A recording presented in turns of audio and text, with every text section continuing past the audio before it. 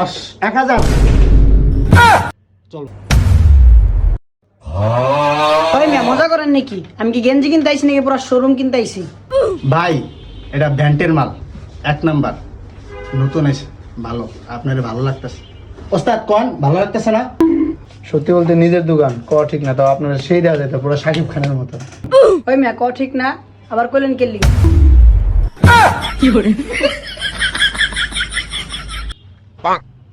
ভাই আবার এসে না? ठीक है।